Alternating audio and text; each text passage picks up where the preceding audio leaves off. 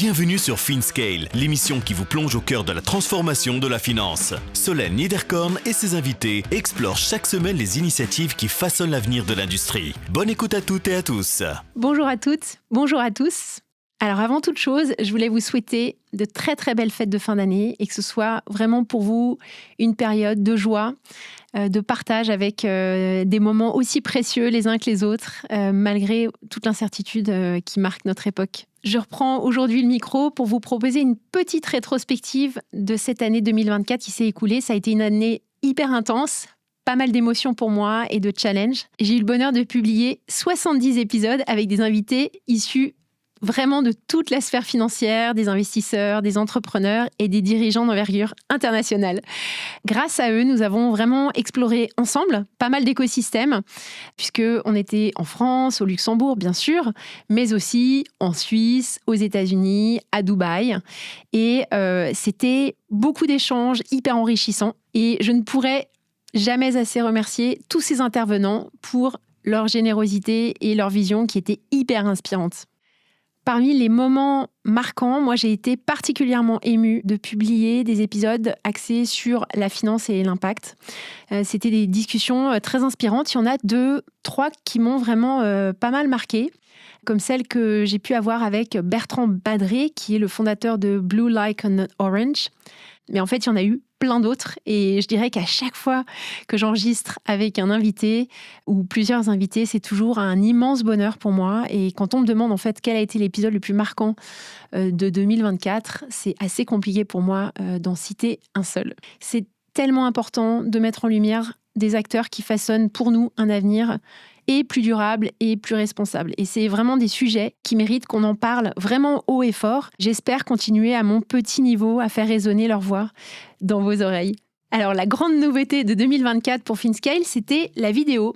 Honnêtement, je ne vais pas vous cacher que ça a été quand même un investissement en temps pour moi, mais aussi de la part de Studio Module et l'agence Dilm. Et je pense particulièrement à Loïc, à Morgane, à Baptiste, Lockman et leurs équipes. Et en fait, on a réussi au bout de quelques semaines quand même à construire une routine qui fonctionne de mieux en mieux. Donc, on s'améliore. Et j'espère vraiment qu'avec ce contenu vidéo, vous avez encore plus de bonheur à écouter les invités. En tout cas, pour moi, c'est vraiment une joie de faire ce format vidéo. L'autre évolution de 2024, ce sont les contenus en solo. Je ne sais pas si vous avez remarqué, à partir du mois d'octobre, j'ai commencé à sortir des petites capsules de 45 secondes où je partageais, je continue d'ailleurs, des idées, des conseils, des réflexions sur pas mal de sujets assez transversaux dans l'investissement. J'en ai fait plus sur mon organisation, sur des sujets plus liés aux émotions. J'espère que ça vous plaît et que ça vous inspire au quotidien. Moi, ça m'amuse beaucoup de le faire. J'ai pris beaucoup de plaisir à le faire et j'essaye à chaque fois de trouver des thèmes qui vous intéressent et qui m'intéressent, bien entendu. Alors, côté business, en 2024, je suis toujours très discrète sur ce que je fais, donc je voulais juste vous en dire un peu plus. Ça a été une année hyper intense et extrêmement variée. J'ai continué à faire des missions pour des fonds, dans le cadre de Due Deal, pour aider des fonds à se mettre en place, au Luxembourg ou en France.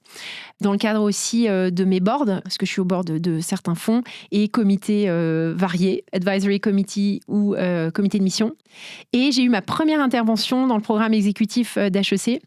Et ça, c'était quand même un challenge, parce que donner cours à HEC, c'est déjà une étape importante, mais passer dans les programmes exécutifs, ça, c'est chouette, parce qu'on est vraiment avec des personnes qui sont du métier. Donc, il y a une exigence supplémentaire, et c'était super intéressant. Je l'ai fait au 3e trimestre. Très honnêtement, ça m'a poussée à me dépasser, à voir plus haut et toujours rentrer dans les menus détails, donner un maximum d'informations et de partage avec les execs que j'ai pu former. Bon, sur le plan sportif, il y en a qui souvent me sollicitent pour savoir quelles sont mes courses, ce que je fais, etc. J'ai fait 3 courses en trail.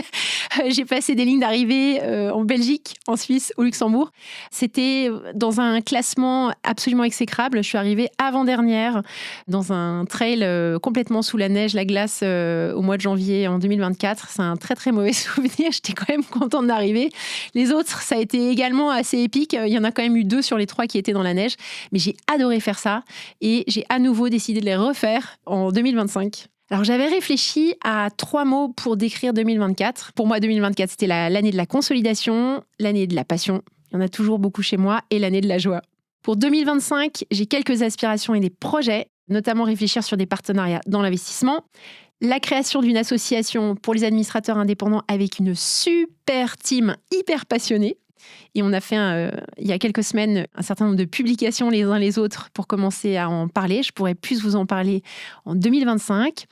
Le troisième point que j'ai toujours en tête pour 2025 et en fait qui reste toujours un petit peu dans le fond de ma tête, c'est vraiment d'encourager toujours plus de bienveillance dans tous les échanges que j'ai et surtout contribuer à redonner encore plus de sens à la finance au travers des échanges que j'ai, au travers des discussions que je peux avoir avec des clients et de toujours garder à l'esprit le rôle initial et principal que représente la finance. Je tenais également à remercier tous ceux qui soutiennent FinScale au quotidien, en écoutant, en partageant, en likant ces contenus. Et également les sponsors que j'ai eus en 2024, puisque j'en ai eu 3. J'ai eu Sixmonk, qui est un AIFM au Luxembourg, LuxHub, qui est une fintech qui est basée également à Luxembourg, et Ernst & Young. Donc merci à ces 3 sponsors de m'avoir accompagné. Et je vous dis rien, mais pour 2025, ça va être super bien aussi. Juste avant de conclure, je voulais juste vous dire que si vous avez des idées, des retours ou des invités à me recommander, il ne faut pas hésiter à m'écrire et pourquoi pas à m'aider à faire connaître FinScale encore plus largement. Je vous souhaite une magnifique année 2025. Je vous remercie du fond du cœur pour votre fidélité. Je vous dis à très vite pour continuer à apprendre et à avancer ensemble. Et je vous embrasse très fort. À bientôt! Merci d'avoir suivi FinScale. Abonnez-vous à la newsletter sur Substack pour ne rien manquer des dernières innovations. Retrouvez aussi le podcast en audio sur toutes les plateformes d'écoute et en vidéo sur YouTube. À très vite avec Solène Niederkorn.